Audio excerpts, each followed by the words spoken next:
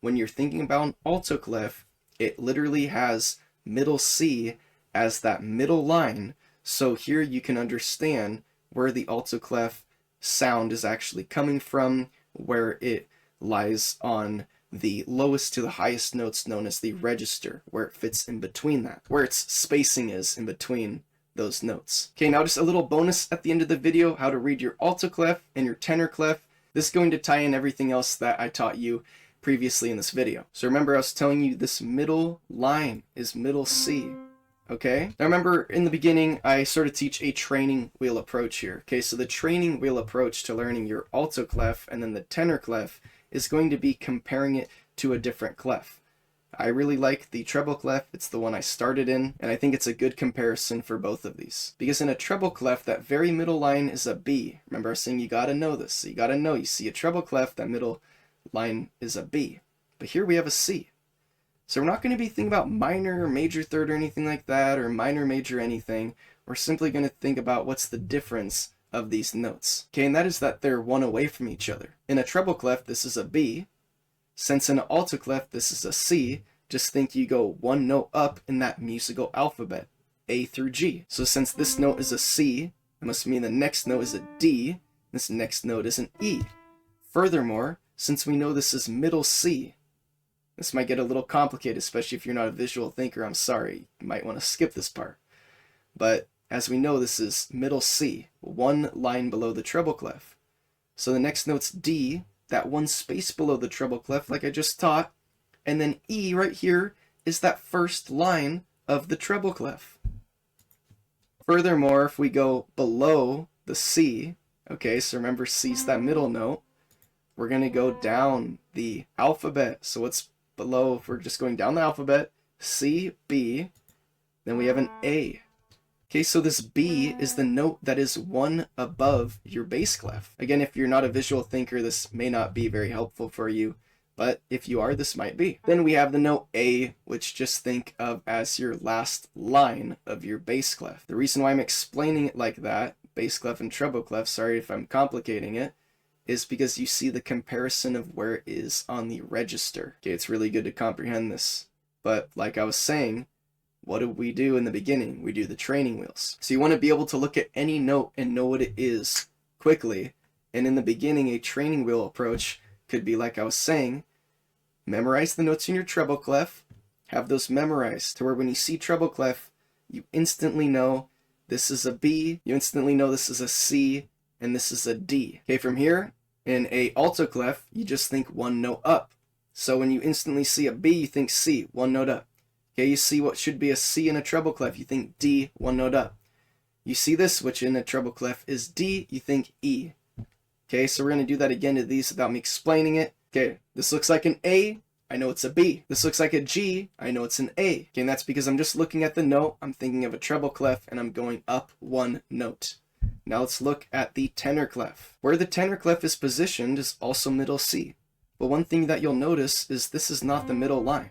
It's actually shifted up one. So although the clefs both intersect middle C, the tenor clef is shifted up one to where it's actually on that fourth line there from the bottom up instead of that third line from the bottom up like the alto clef. Okay, and just to help us out a little bit here, since this is the note C, we can just go down in the alphabet, think B, we can think A. Okay, we also know our thirds and cash, or AC. We see A, this line goes up to this line C. Okay, now remember, we're thinking about the middle line. Okay, so I'm just going to think about comparing what I see in the middle line of the treble clef and what I see here in the tenor clef. In the middle line of a treble clef, you want to instantly see that and see B. Okay, so you want to see B here, think about B. But as we just discussed in the tenor clef, this is the note A. The difference between the note B, where we started an A is one below where we started with the B. So this is the opposite. The alto we started with a B, we went up a note, we knew this was C. Here in the tenor clef, we look at this middle line, we think treble clef B, and we go down a note, we know this is actually an A. And we just went over how this is an A, B, C, so we see this is all checking off. And now I should be able to write any note in this tenor clef, and you could think if this was a treble clef, that would be the note G, so this must be one below that, and this must be an F. Now we can go up from this C here. We can see C on the line, the next space D, and then the next line E, which would land us on that F here, on that note, like I just said. Okay, let's go one below. Remember that was the note D if we had a treble clef, so now we know this is a C here in the tenor clef. Okay, and again, I explained the register for the alto clef. I don't have to re-explain everything the same way, but you can think of how this is middle C and where that is, how this is the one line above the bass clef, one line below the treble clef, and you can think about where these notes are existing. Of course, this A here would be that last line of the bass clef. The note above here, that B, would be the space above the bass clef. Okay, and since again this is that middle C, we went up to here, the next D would be that one space below the treble clef, and the E, which would be the line above this C here, would be the first line of the treble clef. Don't worry if this is kind of overcomplicated and way too much for one video.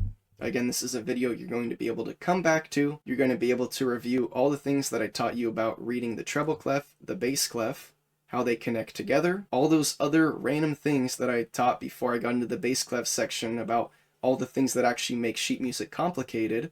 And once you review all those things, all of a sudden sheet music isn't so crazy anymore. It's not so intimidating. It might be complicated still, but now you understand all the complexities and it's not difficult. Furthermore, we had a bonus at the end here where we have the alto and the tenor clef. So now you can write for instruments that use the treble clef and the bass clef and the alto clef and the tenor clef if you study the information in this video and, you know, probably take it on your own time to further study the stuff on your own time. And remember, all the things I taught in this video, basically every single thing that I mentioned and taught in this video, I actually have videos about. So check the description and check my playlists and you'll find those videos. I even have videos on transposing instruments, and I have 2 separate videos that explain it in different ways, so you should be able to have enough information to go in your own time, understand the topic more, and with all this information, you're going to be able to write for any instrument essentially, and take it as far as be able to write for the orchestra. Okay, so hopefully now you're not going to fear the sheet music and the music notes, and you're going to look at it and it's going to actually just be like seeing a book open with some words, and it's just something that you could choose to read or not read if you want, but you have the ability to read it if you want. I hope you enjoyed this video. If you did, give it a thumbs up, leave me a comment, tell me what you liked about it. You could always tell me what you don't like about it. I love any comment, and it doesn't have to be positive. You're not going to hurt my feelings. Don't worry.